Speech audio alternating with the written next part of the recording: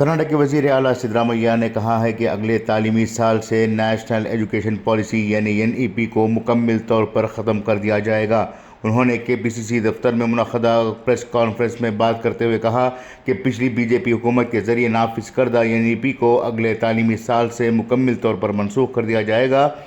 कुछ ज़रूरी तैयारी करने के बाद NEP को ख़त्म करना होगा। इसी साल ख़त्म करने का हमारा मंशा था, लेकिन वक्त ना मिलने की वजह से इस साल इसे जारी रखा गया है।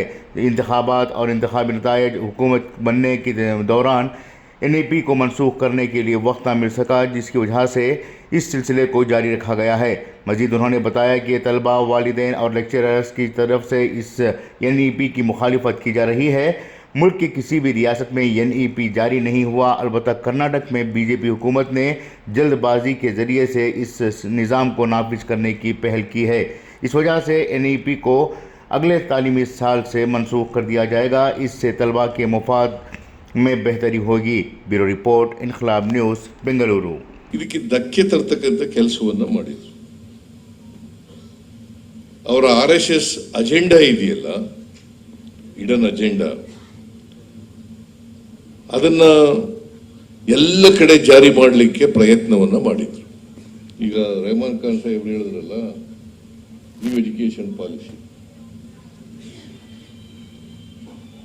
ಅದು ಡ್ರಾಫ್ಟ್ ತಯಾರಾದದ್ದೇ RSS ಹೆಡ್ ಕ್ವಾರ್ಟರ್ಸ್ ನಾಗ್ಪುರ, ಅಲ್ಲಿ ತಯಾರಾದದ್ದು. ಆಮೇಲೆ ಎಲ್ಲ ಬೇರೆ ರಾಜ್ಯಗಳು, ಎಲ್ಲೂ BJP ಸರ್ಕಾರ ಇರ್ತಕ್ಕಂಥ ರಾಜ್ಯಗಳಲ್ಲೇ ಮಾಡಿಲ್ಲ, ಕರ್ನಾಟಕದಲ್ಲಿ ಮಾಡಕ್ ಶುರು ಮಾಡ್ಬಿಟ್ರು. ಆದ್ರೆ ಒಂದು ಮಾತನ್ನ ಹೇಳ್ತೀನಿ ರೆಹಮಾನ್ ಸಾಹೇಬ್ರೆ, ಈ ವರ್ಷ ಸ್ವಲ್ಪ ತಡ ಆಯ್ತು. ಮುಂದಿನ ವರ್ಷದಿಂದ ಹೊಸ ಶಿಕ್ಷಣ ನೀತಿಯನ್ನ ಬದಲಾವಣೆ ಮಾಡಿ ಸಂವಿಧಾನ ರೀತಿ ಎಜುಕೇಶನ್ ಕೊಡ್ಲಿಕ್ಕೆ ಪ್ರಯತ್ನವನ್ನ ಮಾಡ್ತೇವೆ. ಯಾಕಂದ್ರೆ ಅವರು ಸಂವಿಧಾನಕ್ಕೆ ವಿರುದ್ಧವಾಗಿರ್ತಕ್ಕಂಥವ್ರು BJP ಅವರು, ಯಾವತ್ತೂ ಕೂಡ ಸಹಿಸಲ್ಲ. ಅವರು ಮನುವಾದದಲ್ಲಿ ನಂಬಿಕೆ ಇಟ್ಕೊಂಡಿರ್ತಕ್ಕಂಥವ್ರು BJP ಅವರು, ಮನುಸ್ಮೃತಿನಲ್ಲಿ ನಂಬಿಕೆ ಇಟ್ಕೊಂಡಿರ್ತಕ್ಕಂಥವ್ರು BJP ಅವರು. ಅವರು ಮನುವಾದದ ಚೌಕಟ್ಟಿನಲ್ಲೇ ಸಂವಿಧಾನ ರಚನೆ ಆಗಬೇಕು ಅಂತೇಳಿ ಬಯಸಿದ್ರು. ಅದಕ್ಕೆ ನಾನು ಹೇಳಿದೆ, ಬಾಬಾ ಸಾಹೇಬ್ ಅಂಬೇಡ್ಕರ್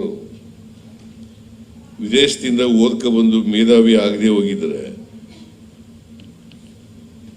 ಕಾನೂನು ಪಂಡಿತ ಆಗದೆ ಹೋಗಿದ್ರೆ ಇಂಥ ಸಂವಿಧಾನ ಬರಕ್ಕೆ ಸಾಧ್ಯ ಆಯ್ತಿತ್ತ?